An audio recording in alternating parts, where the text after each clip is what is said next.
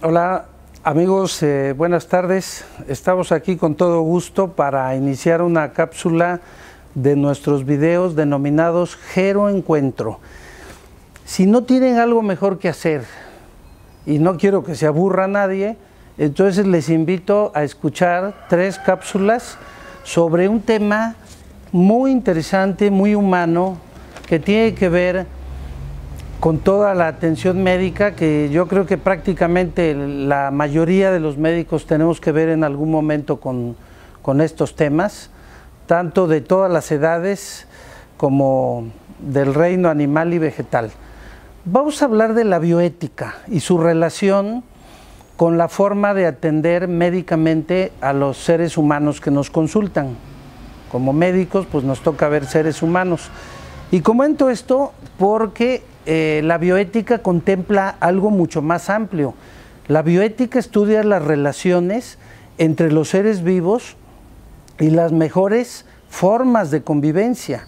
Nuestra forma de entender a la vida vegetal, a la vida animal. Los derechos de los animales ya cada vez están más presentes y los vamos conociendo. Algo que antes ni se soñaba, ni existían. Los derechos de los animales están creciendo poco a poquito, lo cual me parece correcto. Uno de los objetivos de la bioética es entender de buena manera este tipo conforme aumenta la tecnología, que vaya ligado a la humanidad y del respeto al planeta, del respeto a la naturaleza, en donde se contemplan las plantas y por supuesto los animales. Pero dentro de la bioética tenemos un campo amplísimo para hablar del tema de hoy. Quiero hablarles de la tanatología. Tanatología. Ustedes saben que la tanatología, yo diría que se puso muy de moda hace algunos años, cuando hubo el incendio de la guardería de Sonora, un caso mundialmente famoso en donde, como todo el mundo sabe, más de 40 niños fallecieron y muchos quemados y en fin. Salió un equipo de tanatólogos a hablar con los padres de esos niños que habían desaparecido por un problema accidental o hubo ciertas culpas, en fin, lo que haya sido, pero habían fallecido. Un proceso muy doloroso, muy doloroso. Entonces fueron las tanatólogas, que muchas de ellas son mujeres y algunos hombres, a intentar aliviar las emociones que rodean al complejo proceso de morir. Entonces casi estoy diciendo la definición de tanatología. La tanatología está dedicada a entender y atender los diferentes sentimientos que van rodeando cuando alguien va a morir. Ya sea alguien de nuestros familiares, de nuestros amigos, experimentamos una serie de eventos mentales, una serie de circunstancias, y esto estudia la tanatología. Quiero decirle, traigo aquí unos apuntes interesantes. Fíjense que cuando yo empecé a conocer estos temas de tanatología, le quiero pedir a mi amigo Rafael si nos quiere hacer esta toma. Este fue el libro que prácticamente yo conocí de primera vez para adentrarme hace unos 20 años en el tema, un poquito más de 20 años, para adentrarme en el tema tan interesante de entender la serie de emociones que rodean al proceso de morir. Este libro, que se llama Sobre la muerte y los moribundos, lo escribió la pionera de la tanatología en muchos países, que es la doctora Elizabeth Kubler-Ross. Ella se dedicaba a atender a los pacientes psiquiátricos de edad muy avanzada y a observar las emociones que rodeaban al proceso de cuando iban muriendo, tanto en ellos como en sus familiares, porque siempre hay reacciones. La tanatología intenta aliviar las emociones, ya lo voy a quitar, las emociones que rodean al complejo proceso de morir, porque la muerte no se puede curar, pero lo que sí se puede curar y estabilizar son las emociones que rodean al proceso complejo de morir. Y digo complejo porque tiene que ver desde que somos niños. Ahorita que estoy aquí y antes de que avance el video, tengo que dar las gracias a las autoridades. Estamos en la Casa de la Cultura del Instituto Tecnológico de Orizaba, un lugar que para mí, este jardín, me trae recuerdos entrañables porque aquí junto había un jardín de niños que se llamaba La Paz. Pues aquí me tocó hacer el kinder, imagínense nada más hace cuántos años, hace pocos, pero aquí me tocó hacer el kinder y en estos juegos y resbaladillas, yo jugaba de 6 años de edad, de 7, de 8, no, de 8 ya era primaria, ¿verdad? Pero antes, el kinder, muy pequeño, aquí jugaba yo. Entonces me trae recuerdos entrañables. Pero aparte de eso, aquí ha habido una escuela de atención para niños Down y aquí junto en la propia Casa de la Cultura, todos los viernes hacen viernes bohemios muy interesantes, que yo venía también hace algunos años. Vienen cantantes, poetas, declamadores. El que tenga alguna gracia artística puede venir a explayarla aquí, le van a aplaudir, nadie le va a chiflar y es muy bonito estos grupos. Este tipo de grupos ayudan al ser humano a vivir mucho en comunidad. Pero vamos a continuar con nuestro tema porque es muy largo. Entonces, ¿cuáles son los objetivos de la tanatología?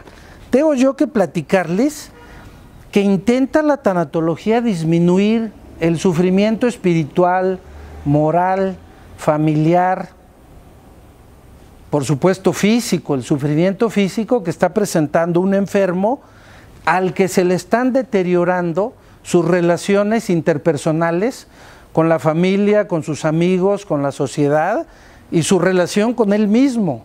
Porque un enfermo que antes estaba muy sano y muy fuerte y de pronto se ve sometido a un sufrimiento prolongado, largo, enfermedades irrecuperables, incurables con frecuencia, ve disminuida su calidad de vida y entonces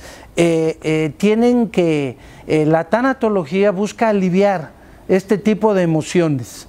Si no podemos curar a la enfermedad, intentaremos disminuir el dolor, que se llama paliación, y si no podemos disminuir el dolor, cuando menos buscaremos consolar al paciente y a su familia.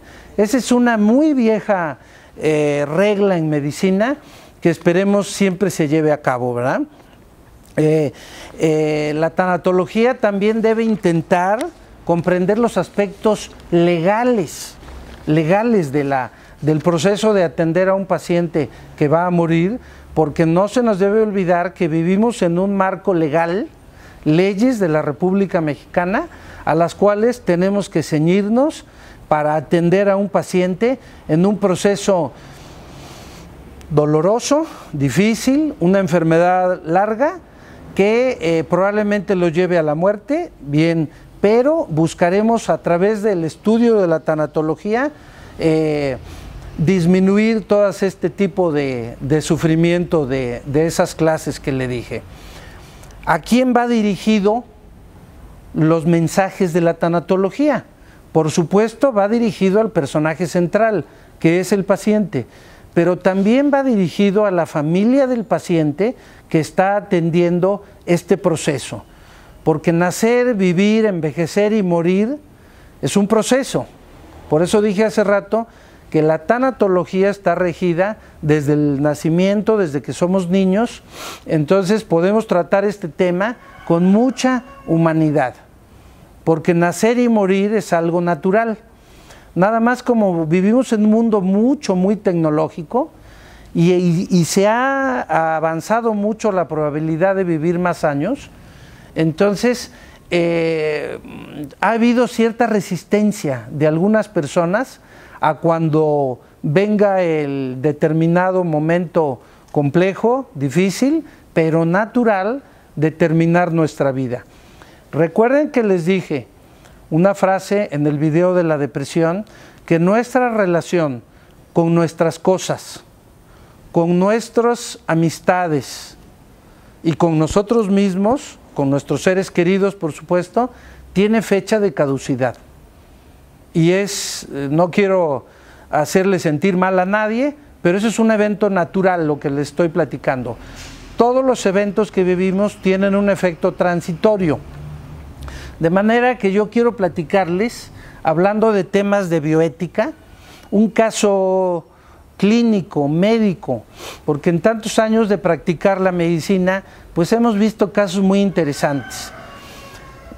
Resulta que hace muchos años, trabajando en el Seguro Social, nos llevan a un niño que nadando en alguna alberca o laguna cerca de aquí, un niño de 6, 7 años, por circunstancias que hubieran sido, cae en la alberca, se enreda en un lago, se enreda con unas ramas y se empieza a ahogar el niño. Se avientan a sacarlo, lo sacan vivo todavía, pero así lo llevan al hospital. Pero todo ese tiempo que transcurre en un taxi, en llevar desde esa alberca o laguna al hospital, el niño quedó sin respirar. Cuando es llevado ese niño a nosotros, fácilmente habían pasado pues más de 10 minutos muy difíciles, críticos. Llegando al hospital, el niño fue intubado a un respirador artificial, se consiguió salvarle la vida. Sin embargo, ese niño quedó con lesión cerebral irreversible, muy duro. Ese niño de 6 años vivió, pero ya no pudo seguir creciendo. Ya no pudo seguir creciendo. Quedó en una cama, nunca pudo hablar, nunca pudo caminar. Y yo en los años siguientes seguí observando que el padre llevaba a ese niño a consulta.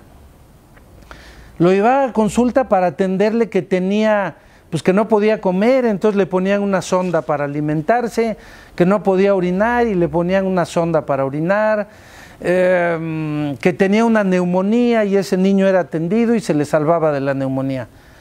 Es un tema más complicado porque después de muchas atenciones y que el niño vivía en una camita muy pequeña y nunca pudo crecer, ni siquiera vivía con conciencia, es un niño que nunca ha podido ver el mar, ni las cosas hermosas. Nos preguntábamos en el hospital, bueno, ¿está bien tratarle a este niño su neumonía? ¿O lo justo es dejar que la naturaleza haga su trabajo y descanse este niño? Esos son los temas que revisa la bioética. Son temas muy complicados, muy difíciles. Además, la muerte de un niño es un duelo muy difícil de llevar. Es un duelo fácil. Un duelo fácil sería la muerte de una persona ya de muy avanzada edad, ya después de muchas enfermedades y muchas consultas, mucha medicina, termina su vida. En teoría, ese es un duelo un poco más sencillo, pero la muerte de un niño es muy complicado entenderlo, porque damos por hecho que los padres viviremos menos que nuestros hijos. Damos por hecho que nuestros hijos nos van a enterrar. Y a veces no sucede eso. A veces un niño muere y es un choque de ideologías, es un choque de cultura, es un choque muy fuerte y por supuesto es un tema difícil. Se convierte en un duelo difícil de llevar. Por eso tengo que platicarles, para ir finalizando este video, que hay duelos fáciles, duelos difíciles. Hay diferentes tipos de muerte de un ser humano. Aquí la bioética la estamos enfocando exclusivamente al ser humano. Tipos de muerte. Muerte social. Es un individuo que se ha aislado, muy ermitaño, no quiere ver a nadie, no quiere tener contacto con nadie y se ha despegado del grupo social y hasta familiar en el que vive. Le llamamos muerte social. Muerte psicológica. La muerte psicológica es la de una persona que ha dejado de comunicarse con los demás, pero también consigo mismo, que lleva un proceso mental de hermetismo, de rigidez mental y de ya no querer aprender nada. Y hay personas pues que tienen esto desgraciadamente porque viven ligadas a una cama, a una silla de ruedas, únicamente viviendo. Sus signos vitales están presentes, está vivo, respira, tal vez coma, tal vez pueda evacuar, orinar, pero ya no es un ser humano capaz de pensar, de disfrutar la vida en su contexto, como cada quien la quiera disfrutar. Ya no es una persona que ría, que cante, que diga algo hermoso. Ya es una persona con muerte psicológica. Y la tercera, por supuesto, pues ya es la muerte física. La muerte física es obviamente ya la persona que cae en sus signos vitales, presión cero, deja de respirar, ya no tiene oxigenación cerebral. La muerte cerebral se determina mediante un electroencefalograma, que por cierto, legalmente así se determina la muerte de un ser humano, a través de tomarle un estudio de electroencefalograma, y si marca que totalmente ya no hay ondas cerebrales de actividad mental, pues ya se puede determinar que es muerte cerebral, aunque su corazón esté latiendo y aunque esté respirando. Esos casos son comunes en los hospitales, en pacientes que por diversas circunstancias, ya agónicos graves, fueron conectados a un respirador artificial y viven varios días condenados a un respirador mecánico que le está metiendo el aire y el oxígeno a propulsión. Y si a eso se le puede llamar vida, pues el Vox Populi le ha llamado vida artificial. Pero bien, vamos a cerrar este video de manera que podamos ir comprendiendo con una frase algo para terminar este video. Todos somos seres terminales, todos, hasta los niños. Algunos pacientes que están graves de alguna enfermedad son enfermos terminales. Y otros ya en cama y ya muy graves son agónicos. Bien, pero todos somos seres terminales. La tanatología nos recuerda nuestra condición humana de que somos transitorios en la vida. Y no lo digo para que se pongan tristes, ya lo he comentado, lo digo para que disfrutemos de la hermosura de la vida. Gracias, terminamos este video y vamos a pasar al siguiente para seguir adentrándonos en este tema tan complejo, pero también hermoso, que es la tanatología. Vamos a pasar al siguiente. Gracias.